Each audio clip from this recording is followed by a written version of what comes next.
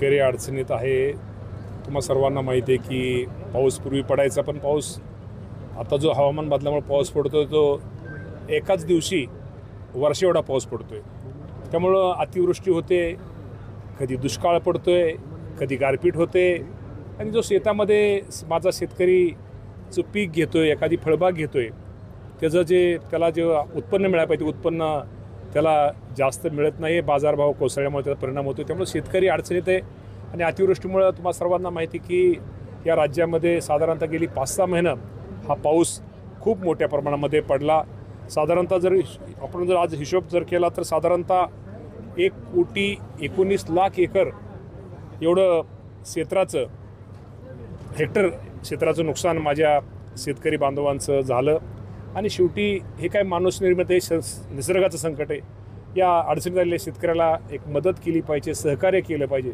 या भावनेतून या राज्याचे मुख्यमंत्री देवेंद्र फडणवीस साहेब असतील, एकनाथजी शिंदे साहेब असतील, अजितदादा पवार साहेब असतील, या सर्वांनी माझ्या शेतकरी बांधवांसाठी एक पॅकेज म्हणण्यापेक्षा एक मदत, जो अडचणीत आलेला शेतकरी त्याला कुठंतरी उभा केलं पाहिजे, यासाठी 31,600 कोटी रुपयाची मदत ही जाहीर केली। आणि आज जर आपण GRचा सगळ्याचा विचार केला तर आज अखेर साधारणतः 20,000 कोटीच्या आसपास मदत ही शेतकऱ्यांपर्यंत ही पोचलेली। अजूनही पंचनाम्याचं काही ठिकाणी आत्ताही परत मागच्या 8 दिवसापर्यंत पाऊस झाला, त्याचे पंचनामे चालू आहेत। त्यामुळे निशाने समजा आपल्याला माहिती की पूर्वी 2 हेक्टर होतं, 2 हेक्टरच्या ऐवजी आता 3 हेक्टर केल्यामुळे परत एकदा पंचनामे चालू आहे। त्यामुळे मी आपल्या माध्यमातून शेतकरी बांधवांना एवढं सांगतो की तुमचं म्हणणं खरं आहे की शेतकरी अडचणीत आहे। शेवटची अडचणी झालेल्या शेतकऱ्याला शेवटी आम्ही पण शेतकऱ्याची मुलं आहोत। निश्चित प्रकारे शेतकऱ्याचं हित या राज्याचे मुख्यमंत्री, दोन्ही उपमुख्यमंत्री हे घेत आहेत। शेतकऱ्याला मदत ही त्यांच्या माध्यमातून आमच्या सगळ्यांच्या माध्यमातून ही केली जाते। अजूनही भविष्यामध्ये तुम्हा सर्वांना माहिती आहे की अडचणीत आलेल्या शेतकऱ्याला एक राज्य सरकारने नुकताच निर्णय मुख्यमंत्र्यांनी आमच्या दोन्ही उपमुख्यमंत्र्यांनी जाहीर केलेला आहे की साधारणतः एप्रिल महिन्यामध्ये एक परदेशी साहेबांची एक कमिटी या माझ्या शेतकरीच्या कर्जमाफी संदर्भात केलेली आहे आणि त्याचा अहवाल साधारणतः एप्रिलच्या पहिल्या आठवड्यात घेऊन साधारणतः 30 जूनच्या अगोदर या माझ्या शेतकऱ्यांना एक सहकार्य म्हणून, मदत म्हणून हे शेतकऱ्यांची कर्जमाफीचा निर्णय घेतला जाणार आहे। सिल्लोडमध्ये भाजप कार्यकर्त्यांनी शासकीय बॅगांच्या माध्यमातून बोगस खत विक्री केल्याचा आरोप अंबादास दानवेंनी केलेला आहे। या संदर्भात काही चौकशीचे आदेश आपण देणार आहात? या बाबतीमध्ये ही गोष्ट रात्रीच आम्हाला समजलेली आहे। त्या बाबतीमध्ये ह्यामध्ये कोण दोषी असेल त्याची चौकशी ही नेमून ताबडतोब त्याच्यावरती निश्चित प्रकारे त्याची चौकशी करून त्याला योग्य तो शासन दिलं जाईल। FRPच्या मुद्द्यावर कुठेतरी राजू शेट्टी आक्रमक झालेले आहेत, कोल्हापूरमध्ये आंदोलन चिघळत आहे, सरकार आता काय त्यावरती FRP? नाही, या बाबतीमध्ये अजून सरकारशी आमची झालेलं नाही। FRPच्या बाबतीमध्ये राजू शेट्टी साहेबांचं म्हणणं आहे की शेतकऱ्यांना जो पहिला ॲडव्हान्स आहे तो पहिला ॲडव्हान्स हा ज्यादा दिला पाहिजे। शेवटी त्यांची मागणी काय चुकीचं असं मी म्हणणार नाही, परंतु या बाबतीमध्ये सर्व साखर कारखान्याचे चेअरमन आणि सगळे शेतकरी संघटनेचे प्रतिनिधी या सर्वांना समवेत घेऊन या बाबतीमध्ये निश्चित प्रकारे योग्य तो मार्ग काढला जाईल। ठाकरेंचा दौरा सध्या सुरू आहे मराठवाड्यामध्ये, धाराशिवमध्ये ते फिरत आहेत आणि शेतकऱ्याच्या बांधावर जाऊन ते सांगतायत की त्यांना आता जसं नोटबंदी केली तशी त्यांची वोटबंदी करा, त्यांना मतं देऊ नका, अशा पद्धतीचं विधान ते ठाकरे साहेब खूप मोठे नेते आहेत। मी त्या बाबतीमध्ये आजचे दिवस हे राजकारण करण्याचे दिवस नाहीत। आज दिवस आहेत ते शेतकऱ्याला मदत करण्याचा, शेतकऱ्याला उभा करण्याचे दिवस आहेत।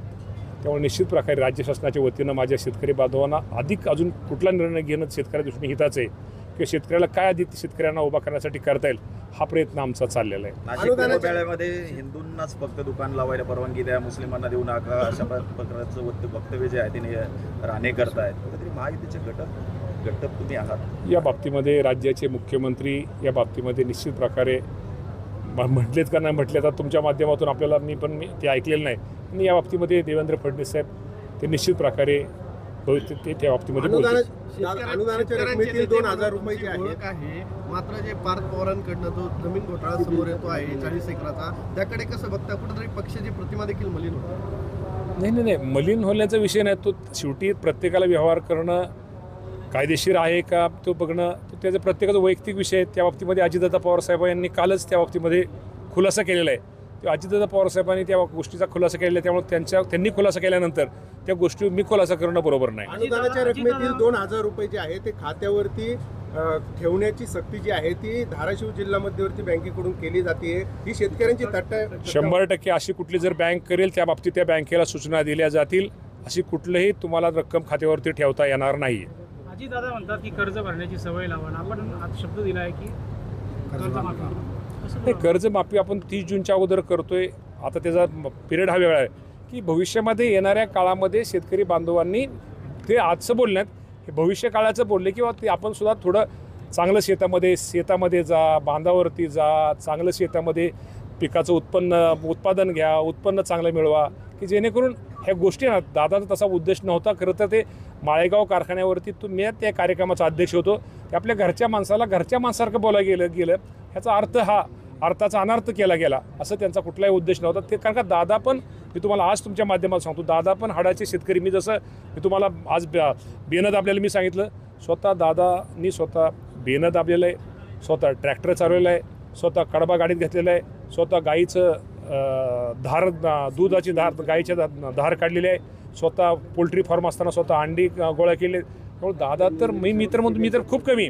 माझ्यापेक्षा जास्त हाडाचे शेतकरी कोण असतील तर अजितदादा पवार साहेब आहेत. तेव्हा शेतकऱ्यांचं दुःख शेतकऱ्याची अडचण नक्की त्यांना आणि स्वतःच ते केलेलं आहे कारण का त्यांना त्यांनी अनुभवलेलं आहे. स्वतः शेतकऱ्याचं दुःख काय तेच मिळेल. त्यामुळे दादा हे माळेगाव कारखान्यावरती घरातल्या माणसांसमोर आपण जसं बोलतो घरात आपण बोलतो आता आपण जरा थोडंही केलं पाहिजे, सगळ्यांनी सकाळचं लवकर उठलं पाहिजे, सकाळचं लवकर आंघोळ केली पाहिजे, शेतात सगळ्यांनी लवकर गेलं पाहिजे, तिथं आपण गाड्यांना बायांच्या पाठीमागं थोडं उभं राहून काम करून घेतलं पाहिजे.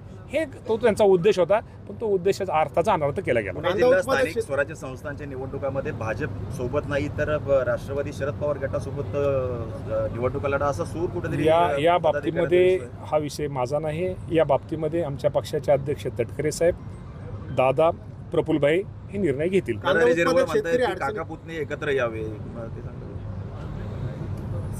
त्या बाबतीमध्ये नरवळे झिरवळ साहेब काय म्हणतात ते आपण त्यांना विचारलं. नाही ऐका ना, त्यांनाच विचारलेलं नरवळे झिरवळ साहेबांना विचारलेलं चांगलं.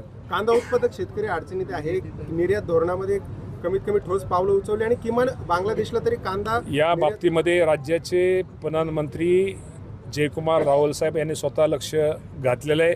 त्या बाबतीमध्ये योग्य तो पाठपुरावा करतायत. मागच्या आठवड्यात ते दिल्लीला बहुतेक जाऊन आलेले आहेत आणि निश्चित प्रकारे जयकुमार रावल साहेब या बाबतीमध्ये शेतकऱ्यांसाठी त्यांची भूमिकाही महत्त्वाची राहणार आहे. शेतकऱ्यांना जी काही मदत सरकारकडनं दिली गेली आहे त्यातले 2000 रुपये धाराशिवच्या सिव्हिलचे प्रॉब्लेम झालेले. एक मिनिट. सरकारकडनं जी मदत शेतकऱ्यांना दिली गेली त्यातले 2000 रुपये सक्तीने धाराशिव मधल्या उत्तर दिलं. असं बँकेने करता येणार नाही आणि केलं असेल तर आपण निश्चित प्रकारे त्यांना त्याची थोडे हे करू.